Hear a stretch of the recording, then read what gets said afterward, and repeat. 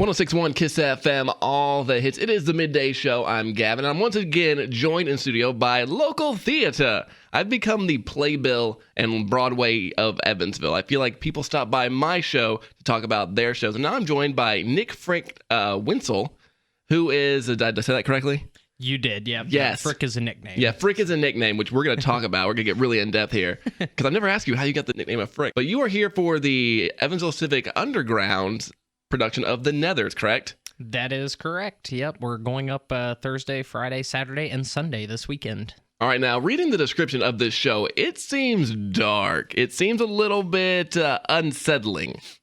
Dark doesn't begin to cover it. I keep using the word visceral, and it doesn't really set how deep this show goes until you get into it, because on the surface, it seems to be a message, about this one pretty dark thing. Yes. But really it delves into our relationship with technology in kind of a Black Mirror-esque way, and kind of looks at where technology is going and our relationship to it, along with these more taboo subjects that are also covered. I already sleep with my phone, so like next to me. So I feel like that's where it's kind of going.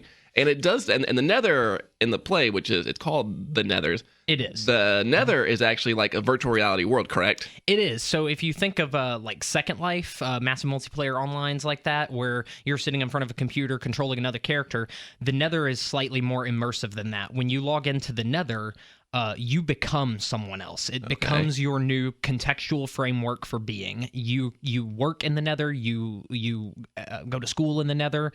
You can take any physical, human form that you want and interact with people. Sight, smell, touch, it's all there. So the relationship, or the exploration of the relationship, then becomes, what does it mean to explore what's in our imagination when we can actually see, smell, feel, touch? Is it real or is it still imaginary? Oh, and I think that's the beginning of every Queen song. Is this real? So I got to ask you this. If you were in the Nether, who would you be? Oh my goodness. Beyond the show, I actually hadn't thought about that too much because I'm so focused on who I am in the show. But if it were me, I asked the deep questions here. You really do. I don't know. Honestly, this is probably pretty weird. I think I would live out a dream and probably get the body of a wrestler or an athlete and join a baseball team or something like that. Just pursue my dreams in a more physically able body than the one I currently reside in. You would be Brock Lesnar. You would just be Brock Lesnar. That's right. Take everyone to Suplex City. All right. So the show is directed by Joe Atkinson, correct? Correct. Yeah. And how does he approach doing this? Because like we mentioned, it's darker. How does he approach it without being too off-putting and still making it an accessible show to people? Carefully. No. Okay, good answer. Good. Moving on. Joe's been great to work with, and he's taken a really I feel like good approach to this without making it feel too icky all the time, because it is.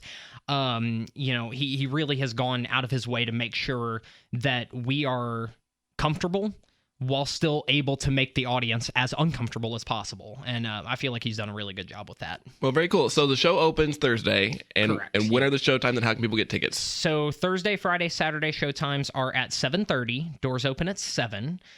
Sunday show is at 2. Door will open at 1:30. You can contact Evansville Civic Theater. You can go online and check out their website, or call 812-425-2800 and ask about pre-sale tickets. Pre-sale tickets are on sale now for $10. They'll be $12 at the door, and there is limited seating. We're in the space that we're in, because it's the underground, which is Southwest Indiana Arts Council. We're able to fit about 60 to 70 seats in there, so be sure to get your tickets quickly. Okay, so before you go, I gotta ask, how did you get the nickname of Frick? Frick. Okay, so let's talk about that.